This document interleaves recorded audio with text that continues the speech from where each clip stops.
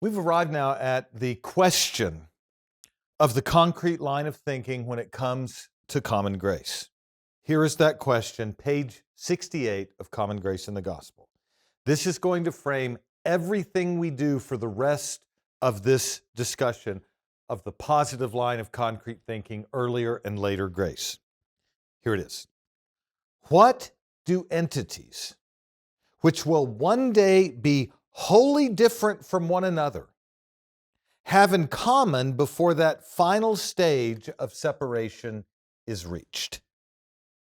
That is the question Van Til is asking. Now let me frame this on the board just diagrammatically, very briefly. In the eternal decree, there is an absolute and immutable personal differentiation between the elect and the reprobate. This eternal decree will be realized perfectly in the consummation at the end of the age. This will be realized in its infallible perfection. Van Til's question is, if there is an absolute and immutable personal differentiation between the elect and the reprobate, which will be brought to its full fruition, its consummation at the end of the age, it will be actualized perfectly at the end of the age. What commonality exists between the elect and the reprobate in covenant history? Now, in order to pursue this positive line of concrete thinking, and to answer this question, Van Til begins with Adam's creation as the image of God, enveloped in covenantal revelation. See the previous module for more discussion of that matter. Here is Van Til's distillation. He says that there is in the decree what he calls wholly different classes of individuals. There is in the decree, to use my language, an absolute and immutable personal differentiation between the elect and the reprobate. The number of each is infallibly fixed.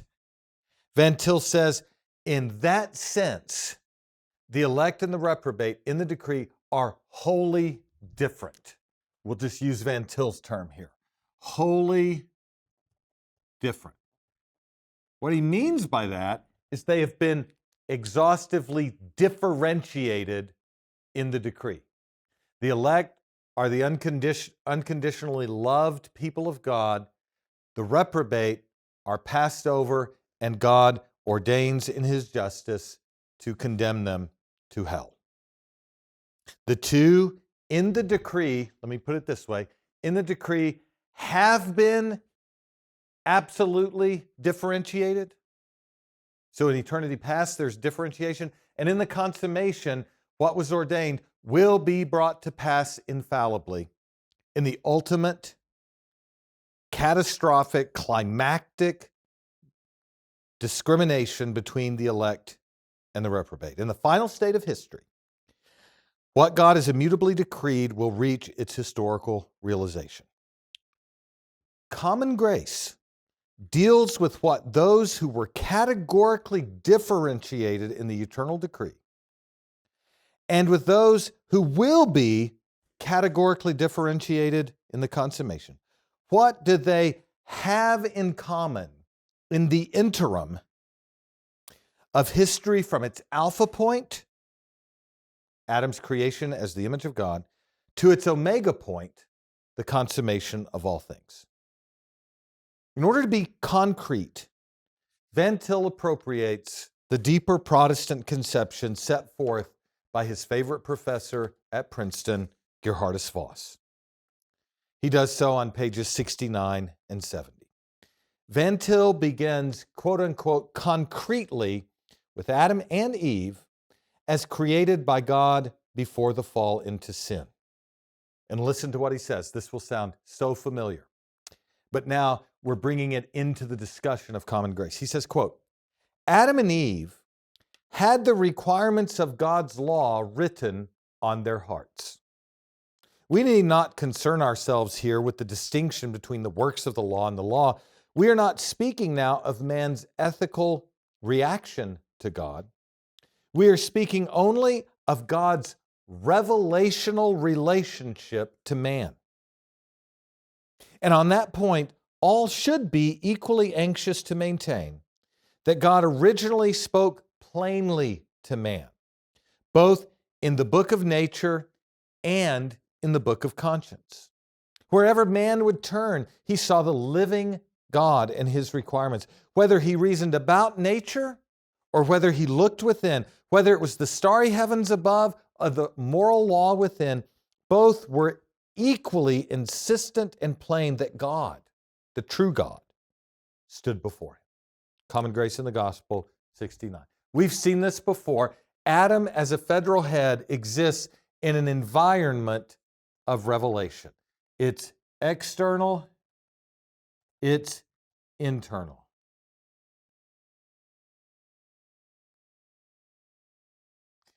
External, book of nature, starry host. Internal, conscience, what is written upon his heart, that implanted knowledge. The knowledge of God was implanted in Adam in the book of conscience and enveloped Adam in the book of nature, so that the natural religious fellowship Voss spoke of as integral to the image of God, Van Til here is affirming. This is a statement of the deeper Protestant conception. Human nature as it came from the hand of God was not sinful from the beginning and in need of the Christ event, Bart, wasn't inherently under proportion and in need of ontologically reproportioning grace, Aquinas. It was inclined toward God in worship and enveloped in an environment of revelation. That's a brief way of summarizing what we spoke of in the previous module as the natural knowledge of God that elicited natural religious fellowship with God.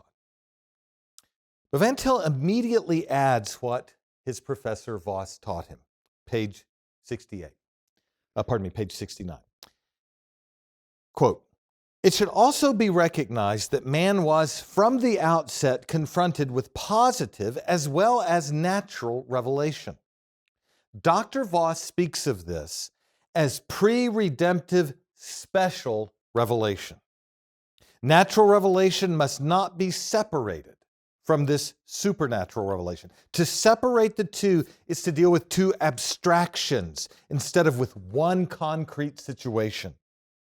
That is to say, natural revelation, whether objective or subjective, is in itself a limiting conception. It has never existed by itself as far as man is concerned.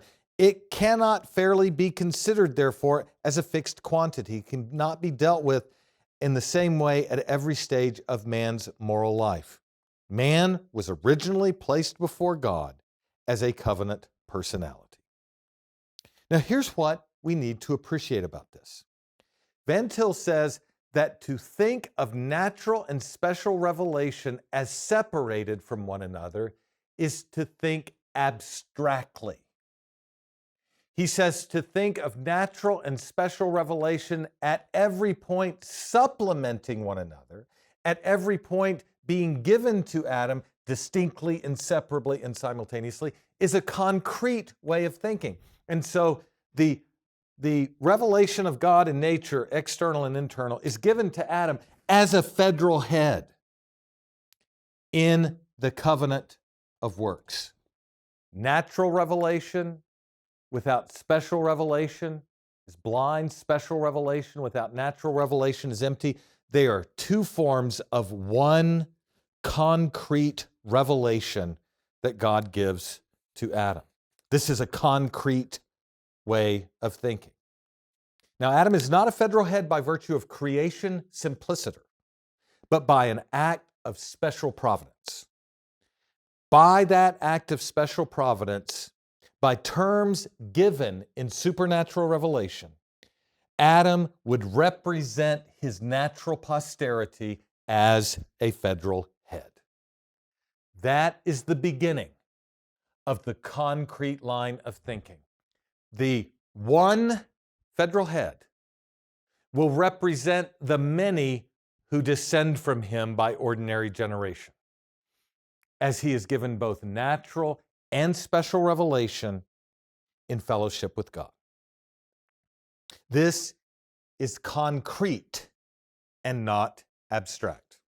Expanding on this, page 71, Van Til says this: the whole future, as far as Adam's knowledge was concerned, was conditioned by his obedience. And that conditioning by his obedience is what we spoke of earlier as the authenticity of secondary causes, proximate causes. Van Til goes on to say, but if this act of obedience or disobedience was to have any significance, it had to be obedience or disobedience with respect to God, whom he knew. His moral act could not be action in a void. He knew something of God and of God's attitude toward him without any unconditional revelation about God's final purpose. Now, what is he saying? Well, let me put it simply. As far as Adam was concerned, as a creature in covenant history, his future was conditional. His future was conditional.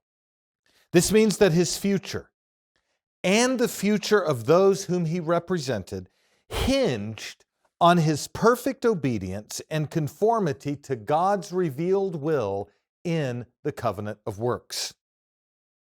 While God had ordained for sure the fall of Adam as the ultimate cause, that foreordination does not undermine or render meaningless or evacuate a bona fide, well-meant offer of life for perfect and personal obedience under the covenant of works. The authentic feature of covenant history, a well-meant offer of an advanced estate for perfect obedience, is not denied in light of an all-determining, comprehensive, and immutable decree.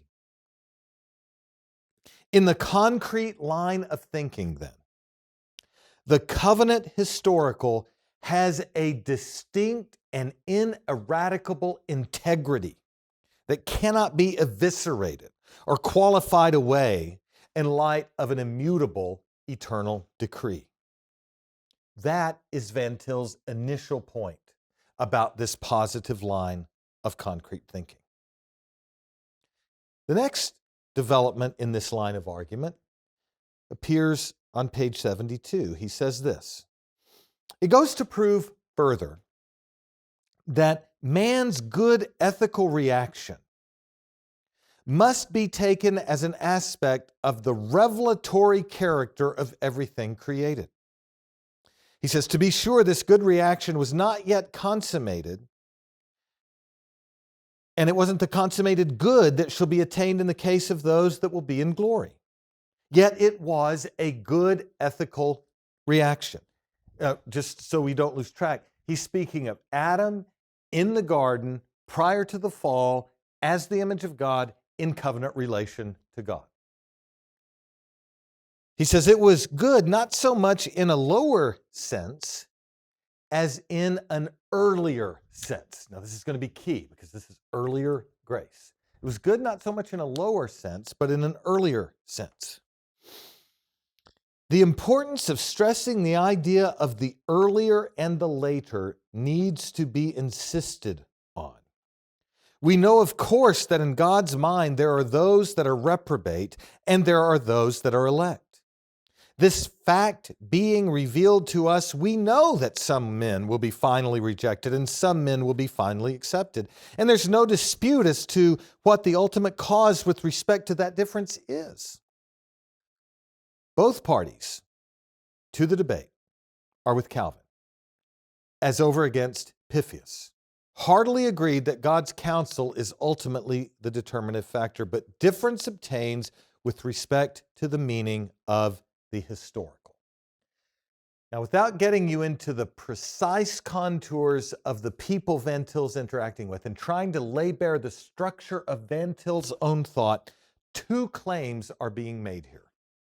First, there is an earlier in which God shows an undifferentiated favor to all men in Adam. When God created Adam as the image of God, and Adam responded in covenant to God in an initially good ethical relation, that included all men, elect and reprobate, within its historical compass. All men, elect and reprobate, were included in the initially very good ethical relation to God. And the key is that God related to Adam and all men in Adam in a relation of favor that consisted in a well-meant offer of beatitude to all men, not yet historically differentiated. Second, there's a later grace, a grace after the fall, in contrast to the earlier grace before the fall, where the process of differentiation between the elect and the reprobate begins its primal historical expression. God decreed before the foundation of the world an ultimate differentiation between the elect and the reprobate, as Van Til says. In the earlier pre-fall situation, however, God showed in history an undifferentiated favor to the elect and reprobate alike, suspended on Adam's obedience. In the later, post-fall situation, God began to reveal in history a process of discrimination that would incrementally realize through history the differentiation that A, He had immutably decreed from all eternity, and that B, He would sovereignly realize through time and bring to consummation at the end of the age. The question Van Til poses then is this: how does the notion of the earlier relate to the notion of the later in covenant history? And how do each, earlier and later, relate to the total differentiation between the elect and the reprobate in the decree? That's the nexus of the issues that Van Til is addressing. The differentiation in eternity past is absolute. The differentiation in the consummation is absolute. So, putting the question in as fine print as we're able, with the finest point put on it, how does the notion of the earlier universal favor of God displayed to all men as in Adam as a federal head bear on the later process of differentiation as it drives toward consummation in Christ? Page 72, Van Til begins to probe this issue, and doing so in self-conscious and explicit dependence on Voss's theology of creation and covenant, as we've seen. He says this: the problem is, more specifically, to what extent we should allow our notion of the earlier to be controlled by our notion of the later. We think that the notion of an earlier must be stressed more than has been done heretofore. If we make the earlier our point of departure for the later, we begin with something that believers and unbelievers have in common. Earlier grace in Adam, universal favor shown to all people, elect and reprobate in Adam, is the historical alpha point of commonality. He goes on to say, that is to say, they have something in common because they do not yet exist. They exist in Adam as their common representative. They have seen the testimony of God in common in Him. They have given a common good ethical reaction as covenant keepers in Him. God's attitude to all is the same. He has a favorable attitude to all in Adam. He beheld all the works of his hands, and behold, they were very good. God was pleased with them. Before the fall, the earlier grace or favor of God does not differentiate between the elect and the reprobate. In Adam, as a federal head before the fall, there is an equally authentic offer of an advanced estate to the elect and reprobate alike, even though God has wholly differentiated them in the eternal decree, even though through time they will come to be wholly differentiated at the end of the age. Van Til's thesis is that in the pre-fall situation, which must be stressed more than has been done, there is a bona fide or authentic creational and covenant historical commonality among the elect and reprobate that cannot be eviscerated by the eternal decree and cannot be eviscerated by the future consummation. Earlier grace, Van Til's language, supplies a commonality in history that stands as authentic alongside of the eternal differentiation in the decree and the historical differentiation that will come in the fall and the consummate differentiation that will come at the end of the age. So the concept of earlier grace gives us concrete covenantal commonality. No abstractions allowed. That's Van Til's point. This is the concrete line of thinking.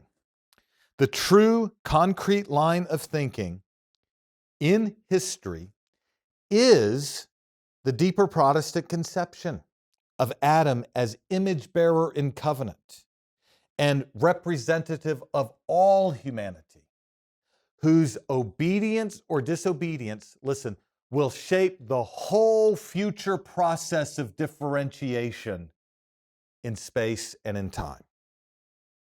Any other attempt to find historical commonness, Van Til reasons, will fall into abstraction, will fall into creatureliness, humanity, or some other abstract concept.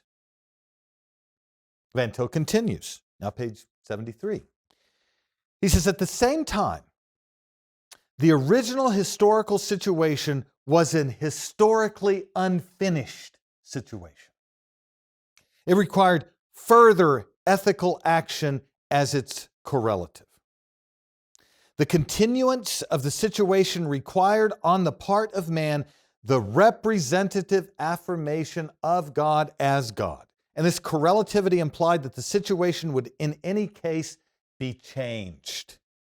Whether Adam was to obey or disobey, the situation would be changed, and thus God's attitude would be changed. It is here that Van Til speaks of the eschatology of the covenant relation that God entered into with Adam.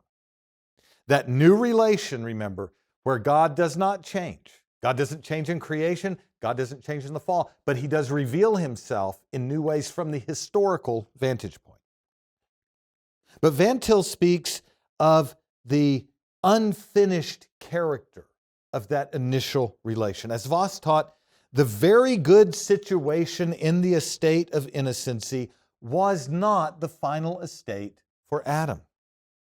The estate of innocency was historically unfinished since Adam, if he remained upright in Eden under testing, could advance to the estate of glory through covenantal obedience. Thus, the situation would be changed if Adam obeyed unto glory, if Adam disobeyed unto curse. Adam would either advance his estate through perfect obedience or forfeit that estate through sin and disobedience. But either conditional option underscores that Adam's relation to God in Eden was, quote, an historically unfinished situation.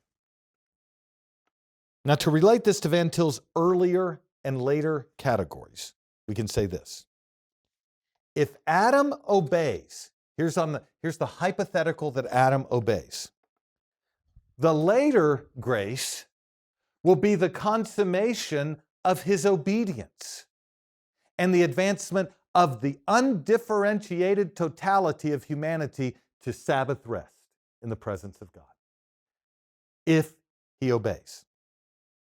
If Adam disobeys, the later grace that follows upon his disobedience will be the beginning of a process of differentiation between the elect and the reprobate.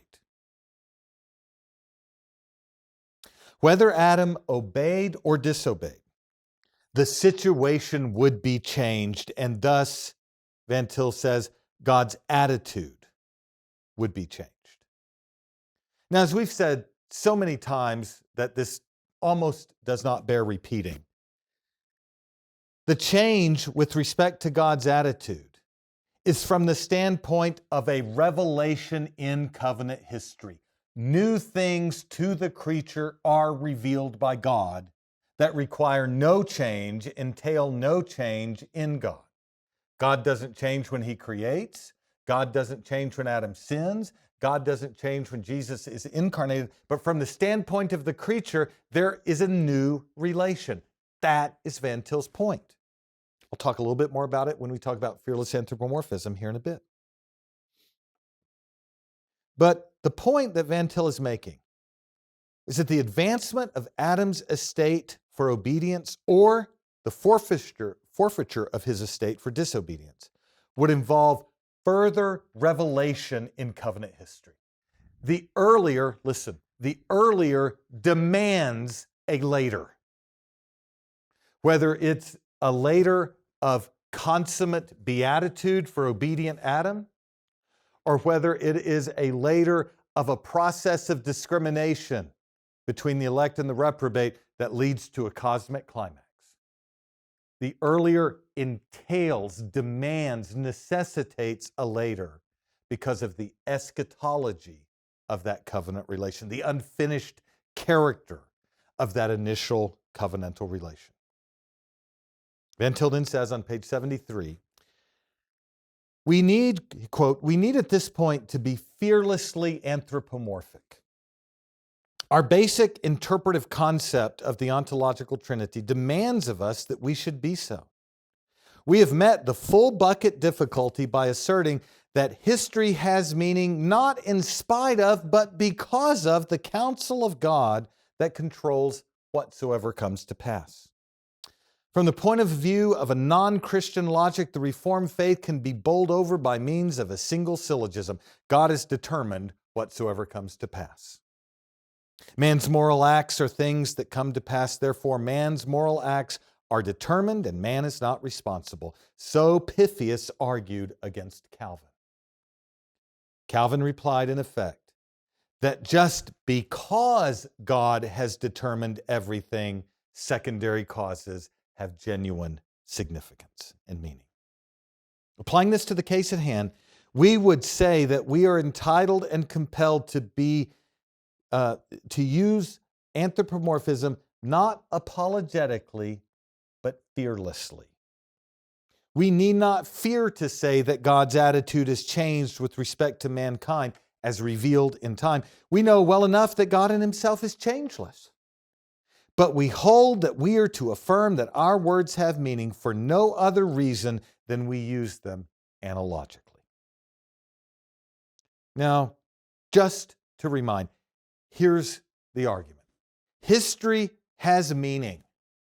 Second causes have authenticity.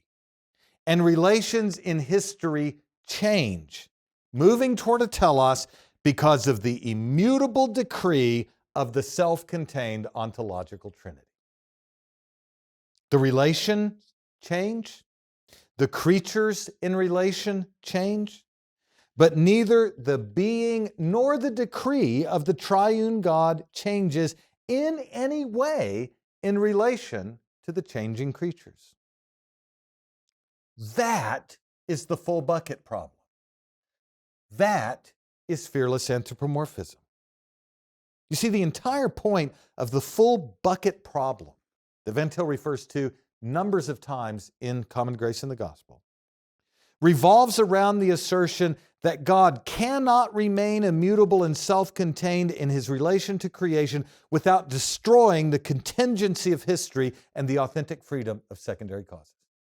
If the bucket's already full, the creature can't have freedom. If the bucket's already full, history can't have meaning.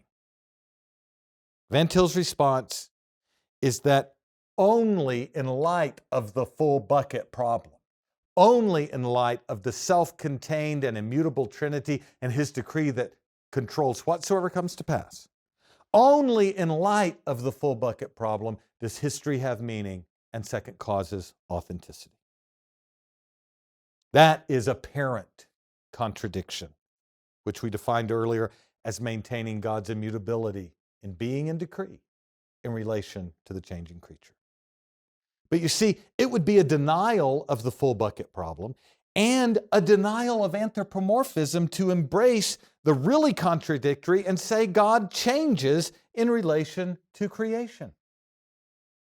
That if God's wrath is the emergence of a new attribute of God, and Van Til is making a crass neo-Hegelian, neo-Socinian point that God is changing in relation to creation, he would be denying everything he's argued for up to this point in Common Grace in the Gospel and denying the rest of his corpus entirely. Dorner's new Betätigung, Barth's Geschichte, Frame's second mode of existence, Oliphant's covenantal properties deny the full bucket problem, affirm the really contradictory, and reason univocally about God and man in relation to one another as both undergo development and change over time. But fearless anthropomorphism admits of no divine Betätigung, no second mode of existence, no Geschichte, no covenantal properties of God.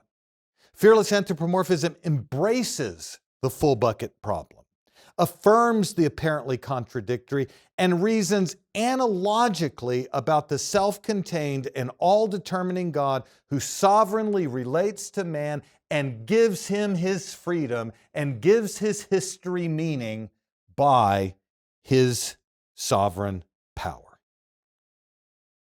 So Van Til continues, page 74. We need not hesitate to affirm then that in the beginning, God loved mankind in general. This was before mankind had sinned against God in Adam. A little later, God hated mankind in general. This was after mankind had sinned against God. Is there any doubt, this is continuing the quote, is there any doubt that the elect, as well as the reprobate, were under the wrath of God? Calvin says that the whole human race is, quote, individually bound by the guilt and desert of eternal death as derived from the person of Adam, end quote. Van Til continues, so the elect and the reprobate are under a common wrath. If there is meaning in this, and who denies it, there may and must with equal right be said to be an earlier attitude of common favor. Indeed, the reality of a common wrath depends upon the fact of an earlier common grace. But after the common comes the conditional. History is a process of differentiation. Now here are the points Van Til's making. First, the reprobate, although objects of wrath from all eternity, categorically and comprehensively differentiated from the elect by the eternal decree, are nonetheless objects of favor in their solidaric representation in Adam. So the relation between objects of wrath from all eternity and objects of favor in Adam before the fall locates the mystery of this earlier grace. It is both the case that there was an absolute and immutable personal differentiation between the elect and the reprobate in the decree, and a universal common favor to the elect and reprobate in Adam. The former does not eviscerate the latter does not deny the former. They are equally true. Secondly, the elect, although objects of electing love from all eternity, unconditionally so, become objects of wrath in relation to Adam as federal head after the fall. The relation between objects of favor from all eternity and objects of wrath in time locates the mystery of later revelation. Later wrath against the elect after the fall does not destroy the decree of unconditional electing love. In history, after this common, then comes the conditional. What does it mean? Well, it means this. Before the fall, after the common favor that God showed to Adam as a federal head, came the climactic test of his obedience. And that conditional climactic test of obedience would have decisive implications for all who would descend from Adam by ordinary generation. After the common favor, comes the conditional, the probation test. That's Van Til's point. Adam's obedience or disobedience has the function, listen, of determining the future course of history by way of covenantal conditionality. After the common, after the universal favor is shown to him as federal head, comes the conditional covenantal requirement. This is Covenant Theology 101. This is Voss 101. This is Westminster Confession 7, 101. After the fall, Van Til say. After the common wrath of God comes to Adam in judgment, God enters into a covenant of grace so that after the common wrath comes the conditional grace that signifies and applies Christ to come. This is the covenant of grace. The covenant of grace is the conditional and the particular that, quote unquote, comes after the common fall of Adam and the common wrath against mankind. And this conditional grace in the covenant of grace becomes the historical mechanism of differentiating the elect and the reprobate in time. It becomes the concrete covenantal means of realizing this eternal decree that has differentiated in advance the elect and the reprobate. The conditional of the covenant of works follows the common good of God's creational favor to all in Adam. And the conditional of the covenant of grace follows the common wrath of God against all who have sinned in Adam. That is the beginning of Van Til's development of the concrete line of thinking, the positive line of concrete thinking, and the way we affirm and locate concretely what is truly common among believers and unbelievers, elect and reprobate in time. And we'll continue that thinking in relation to gospel proclamation.